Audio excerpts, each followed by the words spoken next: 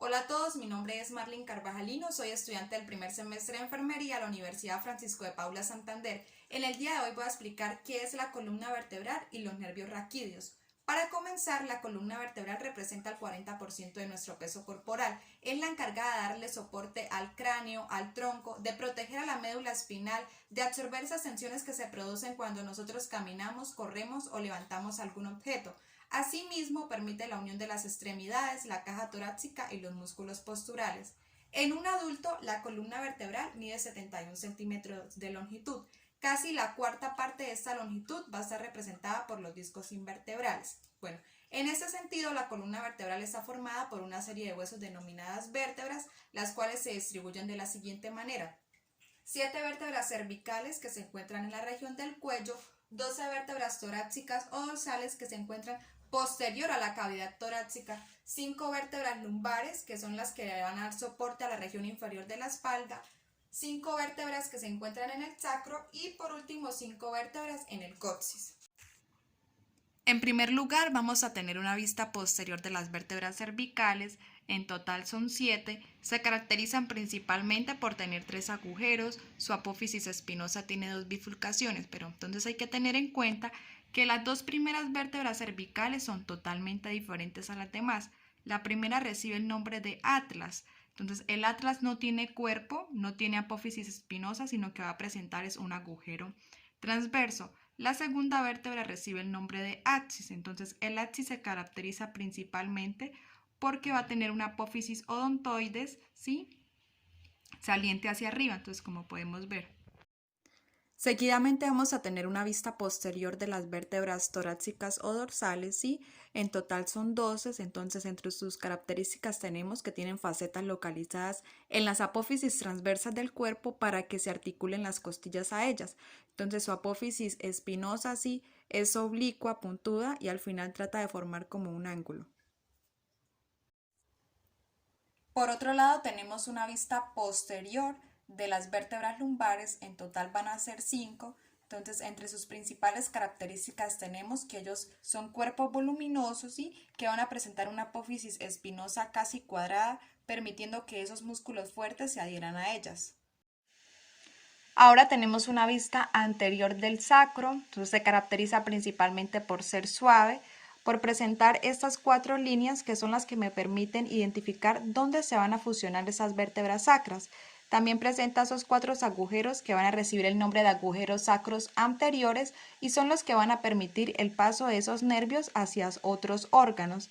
En la parte lateral va a presentar una estructura llamada superficie auricular.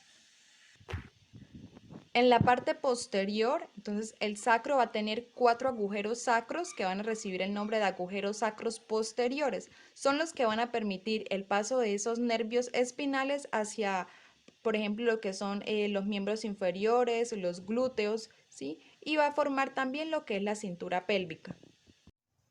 Por último, tenemos una vista anterior del coxis. El coxis va a presentar 4 vértebras coxigias. Entre sus principales características tenemos que la primera vértebra coxigia va a presentar como estas puntas que reciben el nombre de astas o cuernos y son las que permiten unir esos ligamentos del sacro con el coxis. También es muy importante saber que nuestra columna vertebral va a presentar varias curvaturas que son las que van a permitir mantener el equilibrio de nuestro cuerpo y que nosotros permanezcamos de pie. Entonces vamos a tener una vista lateral. En las vértebras cervicales, entonces nuestra columna va a presentar una curvatura denominada lordosis. En las vértebras torácicas o dorsales, una curvatura denominada sifosis. En las vértebras lumbares, una curvatura denominada lordosis. Y ya en lo que es en las vértebras sacras, entonces va a tener una curvatura denominada sifosis. En segundo lugar, voy a explicar qué son los nervios raquídeos o también conocidos como nervios espinales. Son las vías de comunicación de la médula espinal y otras ciertas regiones específicas del cuerpo. Entonces, en total, los nervios raquídeos son 31 pares, los cuales se distribuyen de la siguiente manera: 8 pares de nervios cervicales, 12 pares de nervios torácicos, 5 pares de nervios lumbares, 5 pares de nervios sacros y un par de nervios coxígeos. Para comenzar, tenemos una vista posterior del plexo cervical. Este plexo es el que va a estar conformado por las ramas de esos nervios que van a salir de las vértebras cervicales de la 1 a la 5. Entonces, para una mejor comprensión, los invito a que vayan visualizando la imagen. Bueno, los nervios que encontramos en este plexo son los siguientes. El occipital menor, el auricular mayor y el cervical transverso van a tener su origen en la vértebra cervical 2 y 3, van a realizar tareas totalmente diferentes. El occipital menor entonces va a inervar la parte media del oído externo y el cuello posterolateral. El auricular mayor inerva casi toda esa parte externa del oído y la región mastoidea. El cervical transverso entonces es el que va a inervar el cuello anterior y lateral y la parte inferior del mentón. Seguidamente encontramos el nervio supraclavicular que va a tener su origen en la vértebra cervical 3 y 4 y es el que va a inervar el cuello anterior, inferior y lateral, el hombro y la parte anterior del tórax. Y por último encontramos el nervio frénico, que él va a tener su origen en la vértebra cervical 4, aunque también va a tener contribuciones de esas ramas de los nervios que salen de la vértebra cervical 5 y van a inervar lo que es el diafragma, la pleura y el pericardio. Seguidamente tenemos una vista posterior del plexo braquial. Es el que va a estar formado sobre todo por esas ramas de los nervios que van a salir de la vértebra cervical 5 a la primera vértebra torácica. Entonces, los nervios que encontramos son los siguientes. El nervio musculocutáneo es el que va a tener su origen en la vértebra cervical 5 a la 7. Él inerva la piel del agujero anterolateral, músculo braquial, bíceps braquial. El nervio axilar tiene su origen en la vértebra cervical 5 y 6. Es el que va a inervar la piel del hombro lateral, las articulaciones del hombro, el músculo deltoides. El nervio radial es el que va a tener su origen en la vértebra cervical 5 a la primera vértebra torácica. Él inerva la piel del brazo, el brazo posterior, el antebrazo posterior y lateral, las articulaciones del codo, muñeca y mano. El nervio mediano va a tener su origen en la vértebra cervical 6 a la primera vértebra torácica. Él es el que va a inervar la piel de los tercios laterales de la mano, la punta de los dedos, las articulaciones de la mano. Y por último tenemos el nervio cubital. Él es el que tiene su origen en la vértebra cervical 8 a la primera vértebra torácica. Es el encargado de inervar la piel de la mano palmar y medial, las articulaciones del codo y la mano, los dedos, el pulgar, entre otras cosas. Por otra parte, tenemos una vista posterior del plexo lumbar. Es el que va a estar formado a partir de esas ramas de los nervios que salen de la primera vértebra lumbar a la 4 y de algunas fibras de esos nervios que salen de la última vértebra torácica. Entonces, los nervios que encontramos son los siguientes. El ilio hipogástrico, él es el que va a tener su origen en la primera vértebra lumbar, ¿sí? Entonces es el encargado de inervar la piel de las regiones abdominales anterior y glútea posterolateral, los músculos oblicuos abdominales, tanto el interno como el externo. El nervio ilioinguinal tiene su origen en la primera vértebra lumbar. Él inerva la piel del muslo medial superior, el escroto y la raíz del pene, los labios mayores. El génito femoral tiene su origen en la primera vértebra lumbar y la segunda inerva la piel del músculo anterior y medio, el escroto, los labios mayores y el músculo cremastérico. El nervio cutáneo tiene su origen en la vértebra lumbar 2 y 3. Él es el encargado de inervar la piel del muslo lateral anterior y superior.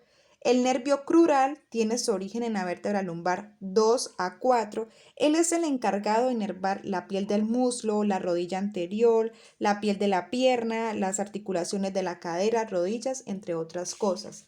Y por último está el nervio obturador. Él es el que va a tener su origen en la vértebra lumbar 2 a 4 y es el encargado de inervar la piel del muslo medial, las articulaciones de la cadera y rodilla, el músculo medial del muslo, entre otras cosas. Por último, tenemos una vista posterior del plexo sacrococcigio, es el que va a estar formado por los nervios que salen de la vértebra lumbar 4 y 5 y las vértebras sacras de la 1 a la 4. Entonces, los nervios que encontramos son los siguientes. El nervio glúteo superior tiene su origen en la vértebra lumbar 4 y 5 y la vértebra sacra de la 1 a la 3. Él es el que va a inervar el músculo glúteo menor, el glúteo medio y el tensor de las fascias. El nervio glúteo inferior tiene su origen en la vértebra lumbar 5 y la vértebra sacra 1 a la 2. Inerva el músculo glúteo mayor. El nervio cutáneo posterior, él es el que tiene su origen en la vértebra sacra de la 1 a la 3. Inerva la piel de la región glútea, el perineo, el muslo posterior y medial. El nervio ciático o popliteo tiene su origen en la vértebra lumbar 4 y la vértebra sacra 2. Él es el que va a inervar la piel de la pierna posterior, la piel plantar, las articulaciones de la rodilla y el pie.